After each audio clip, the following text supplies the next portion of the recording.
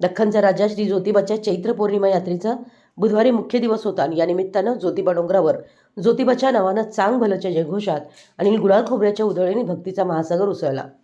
दिवसभर सुमारे 8 ते 10 लाखांवर भाविक चैत्र यात्रेसाठी ज्योतिबा डोंगरावर दाखल झाले होते।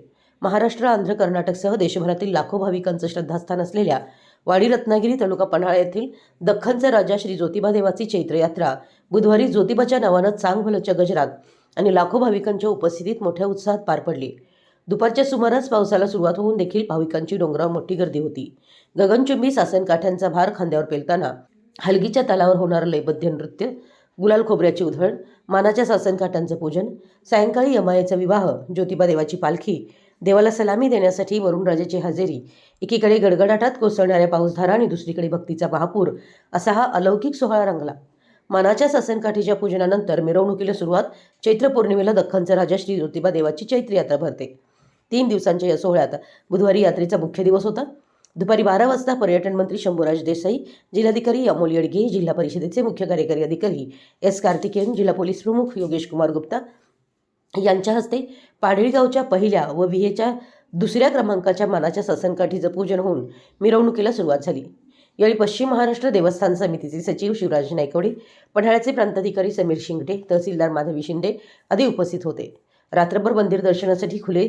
दरवर्षीच्या तुलनेत यंदा यात्रेला भाविकांची अलोट गर्दी होती। दुपारी 3 वाजता गडगडाटासह पाऊसधारा सुरू झाल्या। या पावसाच्या सरी झेलत भाविकांनी यात्रा पार पाडली। सायंकाळी 5:30 वाजता तोफेच्या सलामीनं ज्योतिबाच्या पालखी सोहळ्याला सुरुवात होणार आहे। सायंकाळी 6:30 वाजता यमाई मंदिरात यमाई देवी व जमदग्नी यांचा विवाह सोहळा। यानंतर रात्री 8 वाजता ज्योतिबाची पालखी पुन्हा मंदिराकडे जाते। पालखी सदरेवर विराजमान झाल्यानंतर तोफेच्या सलामीनं पालखी सोहळा पूर्ण होतो। आरती अंगारा वाटप झाल्यानंतर रात्री 11 वाजता देवमूर्ती शाही स्नान घातलं जातं। रात्रभर मंदिर दर्शनासाठी खुलं राहणार आहे। मराठी एस न्यूजसाठी ज्योतिबाहून दत्तात्रय धडे। यात्रेला मोठ्या भक्तिभावामध्ये सुरुवात झालेली आहे। सकाळी 5 वाजता शासकीय पूजा होऊन आणि त्यानंतर आता सकाळी 12 वाजता बरोबर 12 वाजता मानाची सासनकाठी क्रमांक 1 निनाम पाडळीच्या काठीचं पूजन होऊन आता काठ्यांच्या मार्गक्रमणाला सुरुवात झालेली आहे। सायंकाळी 5:30 वाजता पालखी ज्योतिबा मंदिरावरून यमाई मंदिराकडे जाणार आहे।